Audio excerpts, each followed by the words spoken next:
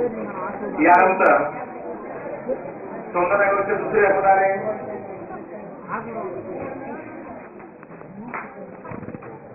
जे अगदी त्यांच्या वडिलांच्या काळापासून आपल्या संस्थेवर ज्यांचं प्रेम आहे, आपल्या शाळेचे मित्र हो, आपल्या संस्थेचे असणारे माजी अध्यक्ष आदरणीय कैलासवासी कल्याणरावजी विखे यांचे असणारे सुपुत्र अभय विखे या ठिकाणी आलेले आहेत आणि तेही वावरकरपणाचा सत्कार या ठिकाणी करू इच्छितात.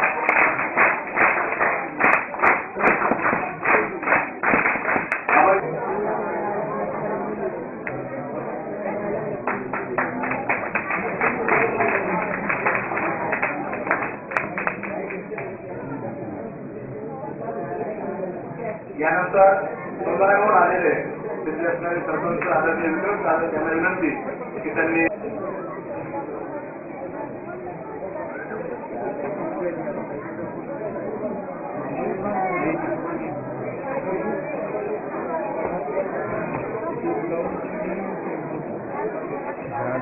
वावकर सरांकडे बघितल्यानंतर आपल्या लक्षामध्ये येईल की अनेक वर्षापासून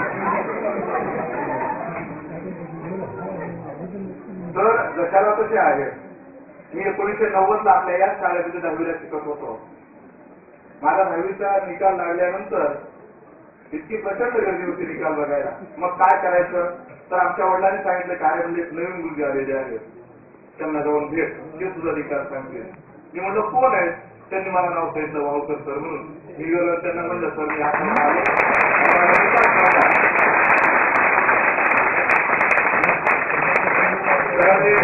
10 मिनिटांमध्ये माझा 10वीचा निकाल सांगितला. मला म्हणजे आई तुला इतके टक्केवारी पडले, तू पास झालेला आहे. म्हणजे माझी आनंदाची बातमी 10वीची पहिल्यांदा मला देणारे हे वावकर सर आहे. मी जेव्हापासून त्यांना बघतोय ते जशाला तसेच दिसतात. नाहीतर माणसं बघा की वय वाढल्यानंतर विनष्ट होतात, पण त्यांची असणारी शरीर असती ही मेजरला जेवणारी आहे.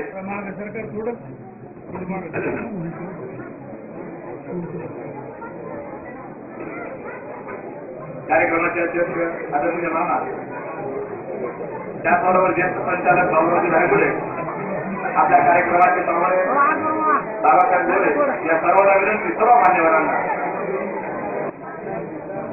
या ठिकाणी संस्थेच्या वतीनं आणि शाळेच्या वतीनं वावकर सरांचा सत्कार होत आहे.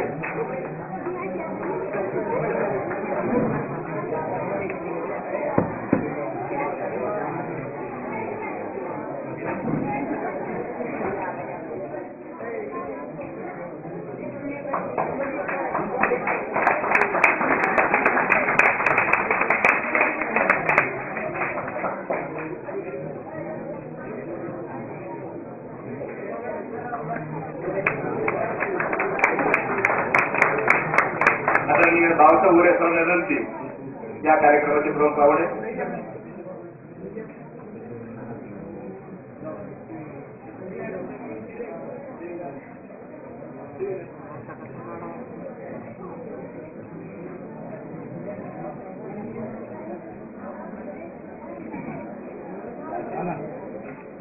वावकर सर, या कार्यक्रमाचे प्रमुख पाहुणे आदरणीय बाबासाहेब गोरे सर यांना विनंती की त्यांनी या ठिकाणी वावकर सरांचा सत्कार करावा.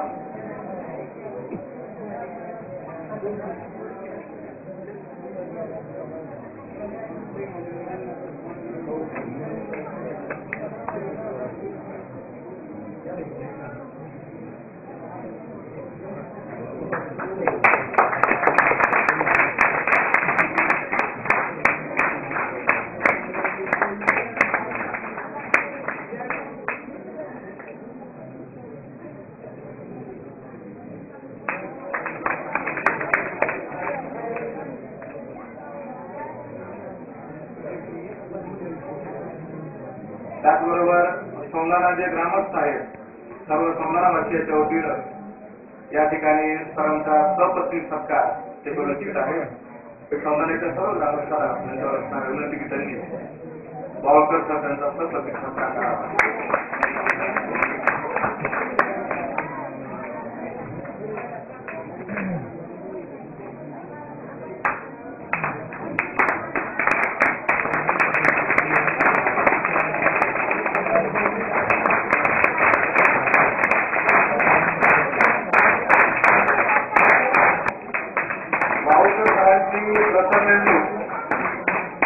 6/1988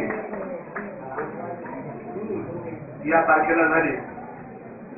तेव्हापासून अहोलकर सर हे आपल्या महाराष्ट्र विद्यालयामध्ये इथंच कार्यरत आहेत.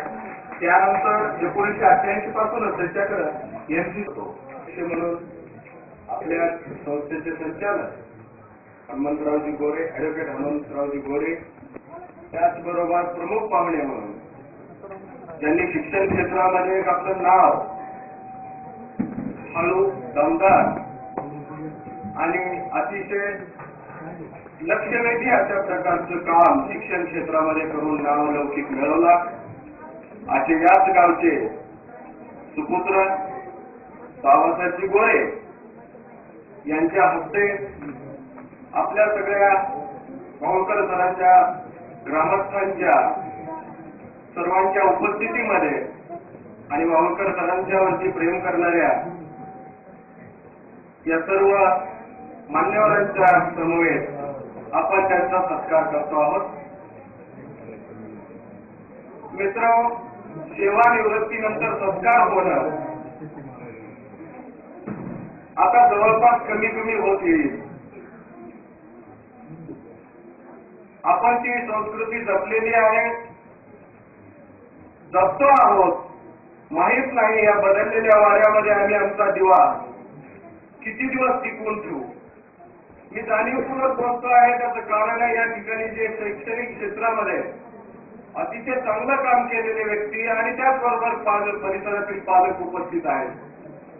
तुम्ही म्हणाल नकारात्मक सूर सुरुवातीला मी जाणीवपूर्वक विद्यार्थ्यांच्यासाठी बोलत नाही हे मी प्रथम आपल्याला कल्पना देतो, कारण नेहमीच आम्ही बोलत असतो. मी आपल्यासाठी बोलतो आहे, माझ्यासाठी बोलतो आहे, माझ्या अस्तित्वासाठी बोलतो आहे. शिक्षण क्षेत्राच्या बदललेल्या सगळ्या व्यवहारांच्या बद्दल मी बोलतो आहे. अशा कार्यक्रमाच्या मधून अशी चर्चा व्हावी असं एक माझं मत आहे आणि त्यामुळे मी तो प्रयत्न करतो आहे. हा जो बदल घडतो आहे की निवृत्तीपर्यंत सेवा होतील की नाही असाही प्रश्न निर्माण झालेला आहे. तो व्यवस्थेचा भाग आहे, तो तुमच्या माझ्या एकट्याच्या कुणाचा तरी कारण म्हणून घडलेला नाही किंवा कुणावर तरी आपल्याला ब्लेम करायचा, कुणावर तरी त्याचा द्वेष त्याच्यावरती दाखल करायचं कारण आणि त्याच्यावरून आपण आपली सुटका करून घ्यायची असं नाही. हा व्यवस्थेचा भाग आहे. तरी सुद्धा आपल्यासारखी जाणकार मंडळी या क्षेत्रामध्ये आहे. माझ्यासारख्या सामान्य शिक्षण क्षेत्रामध्ये काम करणाऱ्या माणसाला असं वाटतं की आपल्यासारख्याला जिथं कुठं संधी मिळेल त्या आपल्या संधीचा आपण वापर करावा आणि जे काही वेगवेगळ्या प्रकारचे बदल घडत आले ते तर स्वीकारावे लागतीलच. बदल स्वीकारल्याशिवाय आपल्याला चालता येणार नाही, विकास करता येणार नाही. हे जरी कबूल असलं तरी काही गोष्टी मागवताही येणार नाही. हे आपण आपल्या लक्षात घेतलं पाहिजे. त्या नारायणदादा कादा त्यांनी ज्या प्रेरणेने ज्या उत्कृष्टाने बनसोडा गावातल्या काही अतिशय सजग अशा माणसांना जवळ केलं, सर्वजण एकत्र आले आणि त्यांनी एक अतिशय चांगल्या अशा प्रकारचं रोपटं या ठिकाणी उभं केलं. त्यावेळेसची ध्येयासक्ती, त्यावेळेसचं ध्येयवाद, त्याच वेळेच्या सगळ्या गोष्टी आज तशाच लागू पडतील असंही मला म्हणायचं नाही. बदललेल्या परिस्थितीने काही मूल्यांच्या मध्ये सुद्धा आपल्याला बदल करावे लागतात. हे बदल करत असताना आम्ही काही गोष्टी स्वीकारली, परंतु प्रत्येक गोष्ट स्वीकारत असताना आम्हाला त्याच्यामध्ये काहीतरी फरक जाणवला पाहिजे की या गोष्टी सगळ्या गोष्टी कायद्यानेच होतील असंही म्हणता येत नाही. तेव्हा मानवतेची किनार असली पाहिजे. साधी गोष्ट सांगतो, साधं उदाहरण सांगतो दररोजच्या जीवनातलं जे आम्हाला अनुभवायला येतं. वसतिगृहामध्ये समजा 125 विद्यार्थ्यांची मान्यता आहे आणि अतिशय गरीब भोजकरू अशा प्रकारचा एखादा विद्यार्थी ज्याला शक्यच नाही ती फीस भरणं, असा विद्यार्थी आम्ही सामावून घेतो. या कायद्यात बसतो का तो? कायद्यात तो बसत नाही, परंतु तो बसतो आमच्या मानवतेमध्ये. या पद्धतीनं शिक्षण क्षेत्रामध्ये कायद्याने होणारे बदल हे तर आपण स्वीकारणारच आहोत, परंतु मानवतेच्या दृष्टिकोनातून आपण त्याच्यामध्ये काही गोष्टी केल्या पाहिजेत. काही गोष्टींच्या मध्ये बदल केले पाहिजेत, काही ठिकाणी आपण ऍडजस्टमेंट केली पाहिजे, या अंगाला काही विचार करता येतो का, हा एक छोटासा विचार आपल्या समोर मांडावा असं मला वाटलं. वावळकर सरांच्या बद्दल बोललं पाहिजे हे तर मला माहीतच आहे. वावळकर सरांच्या बद्दल बोलत असताना मी एकच सांगेन, सर अतिशय भाग्यवान आहात. तर जेव्हा भेटतील तेव्हा ते काळजीत असतात. त्यांच्या सांसारिक व्यापाच्या वृत्तीतून असेल, या सगळ्याच्या गोष्टीतून असेल, ते ज्या प्रकारे जगले राजकीय, सामाजिक आणि शैक्षणिक क्षेत्रामध्ये त्यांनी जे काम केलं, त्याची सौंदर्य ग्रामस्थांची उपस्थिती, सौंदर्य या ठिकाणचे सर्व मान्यवर या ठिकाणी कार्यक्रमाला येतात. याच्यामधून त्यांच्या सामाजिक बांधिलकीची, सामाजिक निष्ठेची आपल्याला पावती मिळते. आपल्याला शैक्षणिक क्षेत्रामध्ये जे काम नेमून दिलेलं, ते नेमून दिलेलं काम वावळकर सर फार महत्वाचं आहे. मला सांगायचा मुद्दा असा आहे की वावळकर सर ज्या निष्ठेने या ठिकाणी राहिले, दादावरची निष्ठा असेल, शिक्षणावरची निष्ठा असेल, त्या परिसरावरची निष्ठा असेल, त्या निष्ठेचं फळ म्हणून सर तुमचा सत्कार होतो आहे. हा सत्कार त्या निष्ठेचा सत्कार आहे. तुम्ही ज्या पद्धतीने इथं राहिलात त्या सगळ्या तुमच्या वर्तनाचा हा सत्कार आहे. मी दुसरा एक उल्लेख करू इच्छितो की ते चळवळीतले व्यक्ती आहेत. मला राजकीय भाषण करायचं नाही, मला मुद्दा जो यायचा तो याच्यासाठी की राजकीय आणि चळवळीतल्या माणसांचा संसार करणं हे त्यांच्या ग्रहिणीला किती कठीण असतं हे सांगण्याची गरज नाही. हे अनेकांचे अनुभव आहेत आणि त्यांना अतिशय चांगल्या प्रकारची साथ वावळकर ताईंनी दिली आणि त्याच्यामुळेच वावळकर सर इकडे जिथं कुठं काम करत होते. त्यांना वेळेची मर्यादा नाही.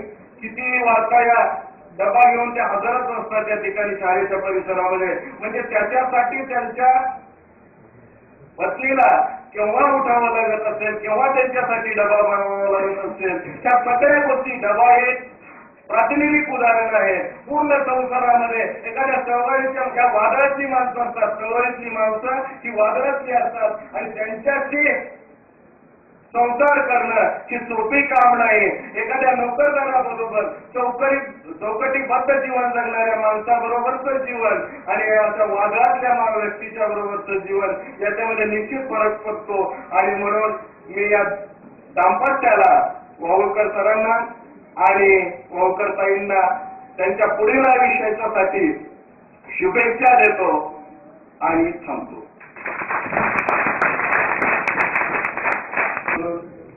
आपल्या संस्थेचे संचालक हनुमंतरावजी गोरे, ऍडव्होकेट हनुमंतरावजी गोरे, त्याचबरोबर प्रमुख पाहुणे म्हणून ज्यांनी शिक्षण क्षेत्रामध्ये एक आपलं नाव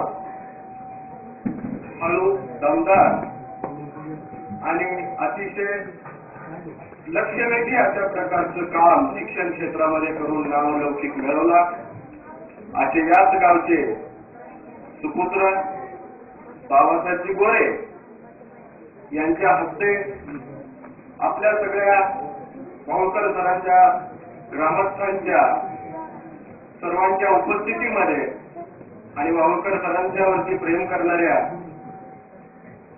या सर्व मान्यवरांच्या समवेत आपण त्यांचा सत्कार करतो आहोत. मित्रांनो, सेवानिवृत्तीनंतर सत्कार होणं आता जवळपास कमी कमी होत येईल. आपण ती संस्कृती जपलेली आहे, जपतो आहोत. माहीत नाही या बदललेल्या वाऱ्यामध्ये आम्ही आमचा दिवा किती दिवस टिकवून ठेवू. मी जाणीवपूर्वक बोलतो आहे, त्याचं कारण आहे या ठिकाणी जे शैक्षणिक क्षेत्रामध्ये अतिशय चांगलं काम केलेले व्यक्ती आणि त्याचबरोबर परिसरातील पालक उपस्थित आहेत. तुम्ही म्हणाले नकारात्मक सुरुवातीला मी जाणीवपूर्वक विद्यार्थ्यांच्यासाठी बोलत नाही हे मी प्रथम आपल्याला कल्पना देतो, कारण नेहमीच आम्ही बोलत असतो. मी आपल्यासाठी बोलतो आहे, माझ्यासाठी बोलतो आहे, माझ्या अस्तित्वासाठी बोलतो आहे. शिक्षण क्षेत्राच्या बदललेल्या सगळ्या व्यवहारांच्या बद्दल मी बोलतो आहे. अशा कार्यक्रमाच्या मधून अशी चर्चा व्हावी असं एक माझं मत आहे आणि त्यामुळे मी तो प्रयत्न करतो आहे. हा जो बदल करतो आहे की निवृत्तीपर्यंत सेवा होतील की नाही असाही प्रश्न निर्माण झालेला आहे. तो व्यवस्थेचा भाग आहे, तो तुमच्या माझ्या एकट्याच्या कुणाचा तरी कारण म्हणून घडलेला नाही. किंवा कुणावर तरी आपल्याला ब्लेम करायचा, कुणावर तरी त्याचा द्वेष त्याच्यावरती दाखल करायचंय कारण, आणि त्याच्यावरून आपण आपली सुटका करून घ्यायची असं नाही. हा व्यवस्थेचा भाग आहे. तरी सुद्धा आपल्यासारखी जाणकार मंडळी या क्षेत्रामध्ये आहे. माझ्यासारख्या सामान्य शिक्षण क्षेत्रामध्ये काम करणाऱ्या माणसाला असं वाटतं की आपल्यासारख्याला जिथं कुठं संधी मिळेल त्या आपल्या संधीचा आपण वापर करावा आणि जे काही वेगवेगळ्या प्रकारचे बदल घडत आले ते तर स्वीकारावे लागतीलच. बदल स्वीकारल्याशिवाय आपल्याला चालता येणार नाही, विकास करता येणार नाही. हे जरी कबूल असलं तरी काही गोष्टी मागवताही येणार नाहीत. हे आपण आपल्या लक्षात घेतलं पाहिजे. त्या नारायणराव कादा त्यांनी ज्या प्रेरणेने, ज्या उत्कृष्टाने बनसोडा गावातल्या काही अतिशय सजग अशा माणसांना जवळ केलं, सर्वजण एकत्र आले आणि त्यांनी एक अतिशय चांगल्या अशा प्रकारचं रोपटं या ठिकाणी उभं केलं. त्यावेळेसची ध्येयासक्ती, त्यावेळेसचं ध्येयवाद, त्याच वेळेच्या सगळ्या गोष्टी आज तशाच लागू पडतील असंही मला म्हणायचं नाही. बदललेल्या परिस्थितीने काही मूल्यांच्या मध्ये सुद्धा आपल्याला बदल करावे लागतात. हे बदल करत असताना आम्ही काही गोष्टी स्वीकारली, परंतु प्रत्येक गोष्ट स्वीकारत असताना आम्हाला त्याच्यामध्ये काहीतरी फरक जाणवला पाहिजे की या गोष्टी सगळ्या गोष्टी कायद्यानंच होतील असंही म्हणता येत नाही. तेव्हा मानवतेची किनार असली पाहिजे. साधी गोष्ट सांगतो, साधं उदाहरण सांगतो दररोजच्या जीवनात म्हणजे आम्हाला अनुभवायला येतं. वसतिगृहामध्ये समजा 125 विद्यार्थ्यांची मान्यता आहे आणि अतिशय गरीब भूतपूर्व अशा प्रकारचा एखादा विद्यार्थी ज्याला शक्यच नाही ती फीस भरणं, असा विद्यार्थी आम्ही सामावून घेतो. या कायद्यात बसतो का तो? कायद्यात तो बसत नाही, परंतु तो बसतो आमच्या मानवतेमध्ये. या पद्धतीनं शिक्षण क्षेत्रामध्ये कायद्याने होणारे बदल हे तर आपण स्वीकारणारच आहोत, परंतु मानवतेच्या दृष्टिकोनातून आपण त्याच्यामध्ये काही गोष्टी केल्या पाहिजेत, काही गोष्टींच्या मध्ये बदल केले पाहिजेत, काही ठिकाणी आपण ऍडजस्टमेंट केली पाहिजे. या अंगाला काही विचार करता येतो का? हा एक छोटासा विचार आपल्या समोर मांडावा असं मला वाटलं. वावळकर सरांच्या बद्दल बोललं पाहिजे हे तर मला माहीतच आहे. वावळकर सरांच्या बद्दल बोलत असताना मी एकच सांगेन, सर अतिशय भाग्यवान आहात. सर जेव्हा भेटतील तेव्हा ते काळजीत असतात. त्यांच्या सांसारिक व्यापाच्या ऋतूस्थितीतून असेल, या सगळ्याच्या गोष्टीतून असेल, ते ज्या प्रकारे जगले राजकीय, सामाजिक आणि शैक्षणिक क्षेत्रामध्ये त्यांनी जे काम केलं त्याची सौंदर्य ग्रामस्थांची उपस्थिती, सौंदर्य या ठिकाणचे सर्व मान्यवर या ठिकाणी कार्यक्रमाला येतात. याच्यामधून त्यांच्या सामाजिक बांधिलकीची, सामाजिक निष्ठेची आपल्याला पावती मिळते. आपल्याला शैक्षणिक क्षेत्रामध्ये जे काम नेमून दिलेलं, ते नेमून दिलेलं काम वावळकर सर तर फार कळताच आहेत. मला सांगायचा मुद्दा असा आहे की वावळकर सर ज्या निष्ठेने या ठिकाणी राहिले, दादावरची निष्ठा असेल, शिक्षणावरची निष्ठा असेल, त्या परिसरावरची निष्ठा असेल, त्या निष्ठेचं फळ म्हणून सर तुमचा सत्कार होतो आहे. हा सत्कार त्या निष्ठेचा सत्कार आहे. तुम्ही ज्या पद्धतीने इथं राहिलात त्या सगळ्या तुमच्या वर्तनाचा हा सत्कार आहे. मी दुसरा एक उल्लेख करू इच्छितो की ते चळवळीतले व्यक्ती आहेत. मला राजकीय भाषण करायचं नाही, मला मुद्दा बोलायचा तो याच्यासाठी की राजकीय आणि चळवळीतल्या माणसांचा संसार करणं हे त्यांच्या ग्रहिणीला किती कठीण असतं हे सांगण्याची गरज नाही. हे अनेकांचे अनुभव आहेत आणि त्यांना अतिशय चांगल्या प्रकारची साथ वावळकर ताईंनी दिली आणि त्याच्यामुळेच वावळकर सर इकडे जिथं कुठं काम करत होते. त्यांना वेळेची मर्यादा नाही. किती वाजता या डबा घेऊन ते हजरच असतात त्या ठिकाणी शाळेच्या परिसरामध्ये. म्हणजे त्याच्यासाठी त्यांच्या पत्नीला केव्हा उठावं लागत असेल, केव्हा त्यांच्यासाठी डबा बनवावा लागत असेल, त्या सगळ्या गोष्टी. डबा हे प्रातिनिधिक उदाहरण आहे. पूर्ण संसारामध्ये एखाद्या चळवळीच्या ज्या वादळातली माणसं असतात, चळवळीतली माणसं ही वादळातली असतात आणि त्यांच्याशी संसार करणं ही सोपी काम नाही. एखाद्या नोकरदाराबरोबर चौकटीबद्ध जीवन जगणाऱ्या माणसाबरोबरचं जीवन आणि अशा वादळातल्या व्यक्तीच्या बरोबरचं जीवन याच्यामध्ये निश्चित फरक पडतो. आणि म्हणून मी या दाम्पत्याला, वावळकर सरांना आणि वावळकर ताईंना त्यांच्या पुढील आयुष्यासाठी शुभेच्छा देतो आणि थांबतो. समारोहाचे अध्यक्ष, आपल्या संस्थेचे संचालक ॲडव्होकेट हनुमंतराव गोरे या कार्यक्रमासाठी प्रमुख अतिथी म्हणून प्रमुख पाहुणे म्हणून लाभलेले शैक्षणिक क्षेत्रातलं एक श्रेष्ठ नेतृत्व असंच मी ज्यांना म्हणेन असे आमचे प्राचार्य बाबासाहेबजी गोरे, आजचे सत्कारमूर्ती सन्माननीय मेजर वावळकर सर, संगणेचे सरपंच विक्रमजी, औरंगाबादचे सरपंच आमचे संदीपानरावजी, कौडगावचे सर्व, तसंच सौंदर्याचं युवा नेतृत्व अभयजी दिघे, वावळकर सरांचे अगदी जवळचे आणि दोघांचे एकमेकांच्या जडणघडणीमध्ये एकमेकांना सतत सोबत असलेले आमचे दिलीपदादा दिघे,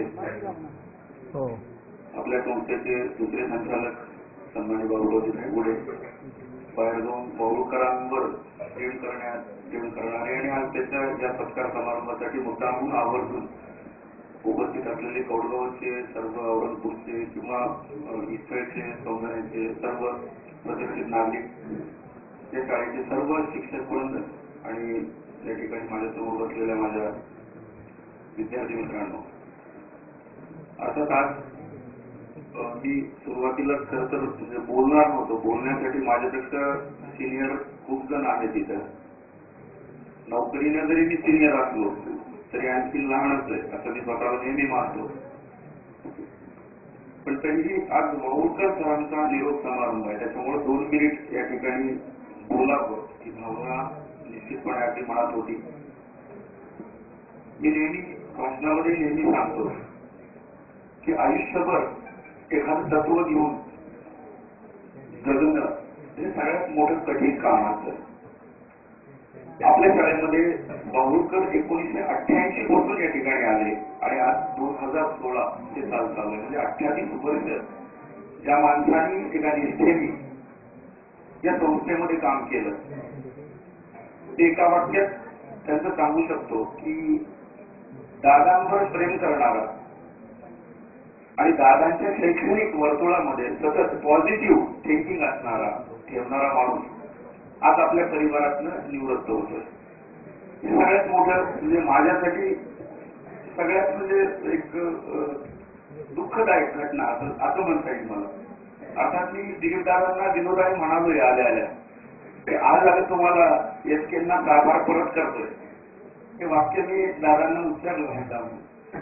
कारण आज खऱ्या अर्थानं वावळकर तर मुक्त होत आहे. या शैक्षणिक फक्त त्या जे टोल ती त्यांना सवय लागली, सकाळी 10ला बेल वाजते आणि 4 वाजता बेल परत जाण्याचे असते, एवढ्याच फक्त याच्यात ते मुक्त होत आहे. मी अगदी या ठिकाणी खात्रीने सांगू शकतो की आम्ही त्यांना एक टोपण नाव ठेवलं होतं मुलांना, म्हणजे अर्थात आज ते तुम्हाला सांगायला काय हरकत नाही, सगळ्यात पायसर असणारा माणूस. खरंच करा तुम्हाला वावळकर जर कधी एके ठिकाणी बसलेली तुम्ही पाहिलेत का? कधीतरी असं कुठं टेकलेलं पाहिलं ना, निवांत बसले असं कधी पाहिलं का? आणि तुम्ही इथल्या इथं फक्त पाहत असाल. अरे आम्ही इथं बनसवड्याच्या बस स्टँडवर समजा असू, तिथं बोलत असू आणि जर 15-20 मिनिटं हजर आणि इस्टरला गेलेले असू तर वावळकर गुरुजी त्याच्या अगोदर तिथं हजर. म्हणजे इतका जबरदस्त स्पीड असलेला पायसर माणूस आता आम्ही त्यांना नेहमी म्हणायचो. आणि दुसरी गोष्ट आताच आर्यन सरांनी सांगितलं की वावळकरांना नेहमी पाहिलं की ते कुठल्या तरी चिंतेत असल्यासारखे वाटायचे. तुम्हाला खरं सांगू का, वावळकर सरांनी आजपर्यंत चिंता वाहिली, सगळ्या सोयऱ्यांची चिंता वाहिली, अनेकांचे संसारचे तुम्हाला माहीत नसेल कदाचित. स्वतः आयुष्यभर अगदी सेवानिवृत्तीपर्यंत सतत कर्जात असणारा माणूस. तुम्हाला असं वाटेल की हा प्रकाश असं काय बोलतोय नेमकं, पण खऱ्या अर्थाने इथं सगळ्यांना माहिती आहे, आवयला माहिती आहे, दिलीपदादांना माहिती आहे किंवा आपल्या मित्रांचे असतील संदीपानराव आहेत, सगळ्यांना माहिती आहे. आणि त्याचं कारण काय असायचं की कोणीतरी पाहुण्याचा मुलगा आमच्या ठिकाणी लागतोय त्याला अडचण आहे, आमच्या कोणाच तरी मित्राला पाहिजे त्याला अडचण आहे, आणि इतरांसाठी सतत कर्ज काढणारा माणूस असं म्हणून वावळकर सरांची ख्याती. बाबासाहेब हे अगदी वस्तुस्थिती आहे, सतत इतरांसाठी जगणारा माणूस आणि कधीच कुणाला असं रागावून म्हणा. आता हे नंतरच्या काळामध्ये त्यांच्याकडे पर्यवेक्षक पद आलं. आम्हाला ते पर्यवेक्षक पद मिळण्यापूर्वी सुद्धा आम्ही विनोदाला वावळकर सरांना म्हणायचो की वावळकर तर त्या खुर्चीत बसल्यानंतर थोडंसं कडक वागावं लागतं. म्हणजे जर तुम्ही आता मेजर आहेत, ठीक आहे आता पण इथं खुर्चीत बसल्यानंतर एक प्रशासक म्हणून वागत असतात. आता माझ्यासाठी आता माणूस सांभाळायचे म्हटल्यानंतर म्हणजे नाही, अगदी खरं आहे की अगदी माझ्यासारख्या माणसांना तर त्यांना थोडंसं स्ट्रिक्ट बोलावंच लागेल ना. पण या माणसाने कधीच अगदी सेवानिवृत्तीपर्यंत कधीच या माणसाच्या तोंडातलं असं कोणालाच असं कडक शब्द किंवा कडक भाषा कधीच तोंडातनं बाहेर पडली. अर्थात त्यांचा प्रशासकीय भाग तरी तो योग्य प्रकारे निभावला हे या ठिकाणी बसलेले सर्व स्टाफ मेंबर कबूल करतील की असं नाही की ते गोड म्हणजे व्यवस्थित बोलत होते म्हणजे काही त्यांच्या हाताखालची कामं होत नव्हती, असं नाही. कामं करून घ्यायचं एक हातखंड असतो. या ठिकाणी बाबासाहेब जे आहेत उत्कृष्ट प्रशासक शैक्षणिक क्षेत्रातला कसा असावा याचं जातीवंत आणि मूर्तिमंत उदाहरण म्हणजे बाबासाहेब फुले यांच्याकडे पाहिलं जातं. लातूरमध्ये मी त्यांना खूपदा अनुभवलेलं आहे आणि लातूरमध्ये त्या शैक्षणिक क्षेत्रामध्ये नुसतं शैक्षणिक क्षेत्रच नाही तर सांस्कृतिक क्षेत्र आणि सामाजिक क्षेत्रामध्ये बाबासाहेबांचं जे काम आहे ते इतकं प्रचंड काम आहे. बाबासाहेबांनी इतका मला आनंद झाला की तुम्ही घरभरासकट मंत्रालय झाला, इतका प्रचंड आनंद झाला की आता आर्यांनी म्हणाले की ज्यावेळेला संस्थाही स्थापन केली त्यावेळेसची जी ध्येय असतील किंवा त्यावेळेसची जी काही धोरणं असतील त्यावेळेसची जी काही उद्दिष्ट असतील निश्चितपणे आज त्याच्यामध्ये फरक असतील. काळानुरूप बदल होतो आणि काळानुरूप जो बदल करून घेत नाही त्याची अवस्था अशी होती. बिलकुल मी हे स्पष्ट बोलतोय. बनेश्वर शिक्षण संस्था हे सगळ्यासाठी एक आदर्श उदाहरण आहे की काळानुरूप तुम्ही जर नाही बदल करून घेतला तर त्याचे काय परिणाम भोगावे लागतील हे आज तुम्ही सगळे भोगताय. मी स्पष्ट माणूस आहे, कुठली फिकिरी करत नाही, बेफिकीर माणूस आहे आणि आपल्या हाताखालच्या माणसाचा कोणत्या प्रकारे वापर करून घ्यायचा हे प्रशासकावर अवलंबून आहे. प्रशासक नेमकं कोणत्या पद्धतीने ते वापर करून घेतो आणि आपल्या संस्थेची असेल किंवा आपल्या गावाचा असेल आपल्या देशाचा असेल तो विकास कसा करायचा हे त्या प्रशासकावर अवलंबून आहे. बाबासाहेबांनी अख्ख्या लातूरच नाही तर पूर्ण स्वामी रामानंद तीर्थ युनिव्हर्सिटी मला वाटतं की सतत प्रत्येक गोष्टीमध्ये बाबासाहेबांनी तुमचा सल्ला मागितला जाईल.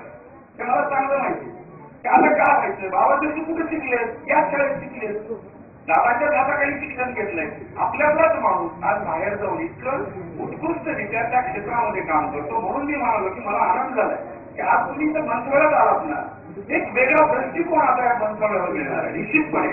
आणि या बनेश्वर शिक्षण संस्थेला या महाराष्ट्र विद्यालयाला सुद्धा तुमच्या आपल्या पंखाखाली घ्या, तुम्ही शाळेखाली घ्या. तुमचा जो काही विकासात्मक दृष्टिकोन आहे तो याही शाळेला द्या निश्चितपणे.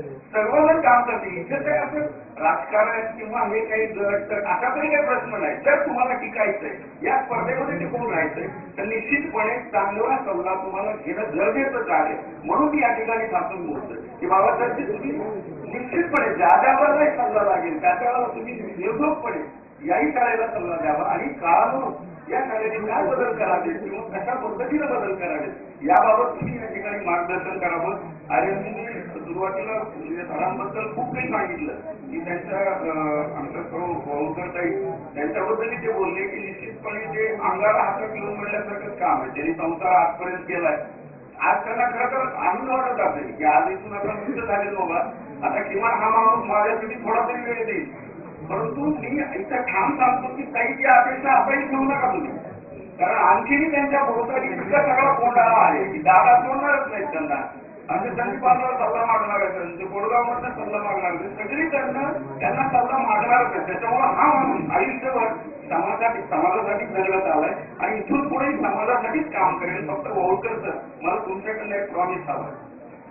तुम्ही जर आता आज निवृत्त होत आहे तुम्ही आणि निश्चितपणे हे अगदी माझ्या काळजातनं सांगतोय, आत्म्यातनं सांगतोय की तुम्ही जर या शाळेशी संलग्नित नाहीच राहिला, आज रिटायर झालात म्हणजे तुमचा आणि शाळेचा संबंध संपला असं गृहीत धरून जर तुम्ही वागलात ना तर निश्चितपणे पुढच्या वर्षी आणखी 4 लोक जरी जातील.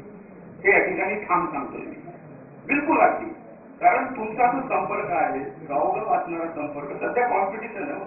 गल्लोगल्ली इंग्रजी शासन करायचे म्हणजे हा दोष काही बाबासाहेब म्हणले की आर्यांनी सांगितलं की हा दोष काय असा कुणाच्या असं व्यक्ती म्हणून असं नाही, ते धोरणच शासनाचं चुकीचं आहे. परंतु त्याही याच्यामध्ये आपल्याला जर टिकून राहायचं असेल तर निश्चितपणे भाऊकर जर तुमच्याकडनं मला प्रॉमिस पाहिजे की तुम्ही रिटायर जरी झाला तरी आमच्या शाळेकडे सतत तुम्ही या आणि या शाळेला मार्गदर्शन करा. तुमच्या मदतीची तुमच्या सहकार्याची आम्हाला सतत आणि नितांत गरज भासणार एवढंच या ठिकाणी कळकळीची विनंती करतो.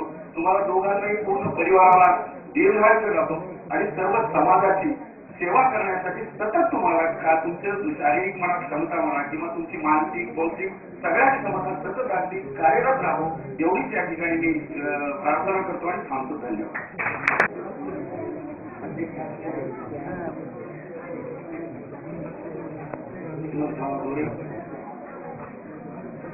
मुद्दाम या कार्यक्रमासाठी आवर्जून ज्यांना निमंत्रण केले बाबासाहेब चिरोळे म्हणजे बाबासाहेबांबद्दल असतात आणि अत्यंत चांगल्या पद्धतीनं सांगितलं चांगलं वाटलं त्याच्याबद्दल. त्याचबरोबर खंडेबाग सर सत्कार मूर्ती शिवाजीराव कोलकर अभयसिंह पाटील त्याचबरोबर प्रदीपराव विखे यांचे सरपंच विक्रमरावजी उपसरपंच बहिरे संजय आलेले सर्वच सर्वांचे प्रार्थाचं नाव घेण्यापेक्षा बंधू आणि भगिनीनो आणि जमलेले सर्व मित्रमंडळी काल गोळकर सरांचा निरोप आला त्याचा कार्यक्रम आणि जाणं तर योग्य आणि या संस्थेमध्ये आल्यानंतर मला जुना काळ आठवला. ते दादा दिसतात, काशीनाथ बापू दिसतात, कल्याणप्पा दिसतात, मदनराव काके दिसतात, दानशूर कुलकर्णी दिसतात. अशा सर्वांच्या सहभागामध्ये मी नाट्यस्पर्ध या ठिकाणी आणि त्याचबरोबर माझ्या जीवनामध्ये 30-40 वर्षामध्ये मला गोळकर सरांचा सहभाग लागला. ह्या हॉलमध्ये आल्यावर मला असं की मी फार मोठा या ठिकाणी ते माझ्यामुळे झाला नाही. एक निमित्त होतो परंतु दादा कल्याणप्पा ही साठी काशीनाथ बापू ही सर्व माणसे माझ्याबरोबर होती आणि मी मुंडे साहेबांचा कार्यक्रम या ठिकाणी आणला. हा जो उभा आहे तो मुंड्या निधीमुळे उभा आहे. शिवाजी आबाईच्या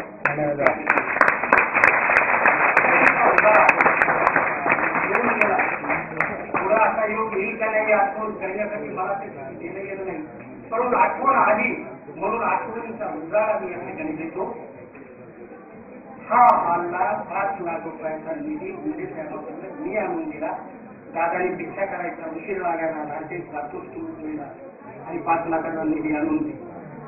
संस्थेसाठी सर्वांनी काही केलंय परंतु आवर्जून आम्ही सांगतो की आम्ही भरपूर केले, कल्याणात भरपूर केले, पण सर्व नागरिकांनी या संस्थेसाठी केले. जाधव सरांनी अत्यंत चळवळीत पाहिजे. आमची सुद्धा इच्छा आहे तुम्ही लक्ष द्या ही संस्था चांगली चालली पाहिजे. ज्या ज्या काही संस्था आहेत त्या ठिकाणी अत्यंत चांगल्या पद्धतीने आमच्या शुक्रवारी आदर्श शाळा चालवतात, गोरे चालवतात, परंतु ही तुम्हाला आम्हाला घडवून आली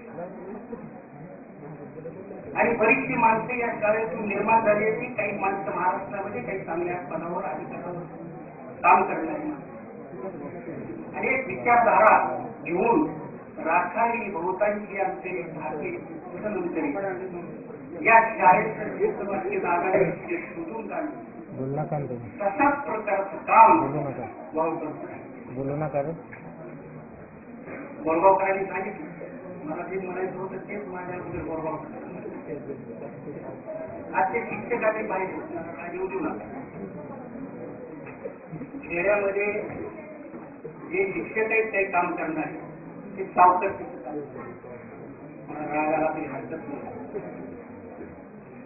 परंतु वावकर सरांना एवढा पगार असतील पण कधी त्यांच्या शिक्षणामध्ये पैसा ठेवायचा उलटा मी फिरायचं तेवढं मी मागितलं बघून 2000 रुपये काढून आणि चिंता नसायची कुणाचं जर असलं तर मला सांगा मी ते पैसे देऊन टाकतो. अशा पद्धतीचं त्यांचं वागणं असल्याचं कारण आलेल्या नडलेल्या लोकांना पैसा देणे आणि त्यांची गरज भागविणे हे जीवनभर त्यांचं काम सतत झाले पाहिजे.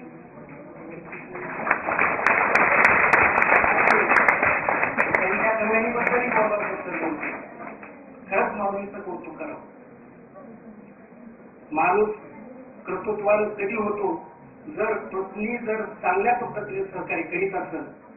एखाद्या कर्तृत्वान माणसाच्या पाठीमागं कर्तृत्वान स्त्रीच असू शकते, तसं त्यांच्या पत्नीचंही काम आहे. म्हणून त्यांचंही आपण या ठिकाणी अभिनंदन करू.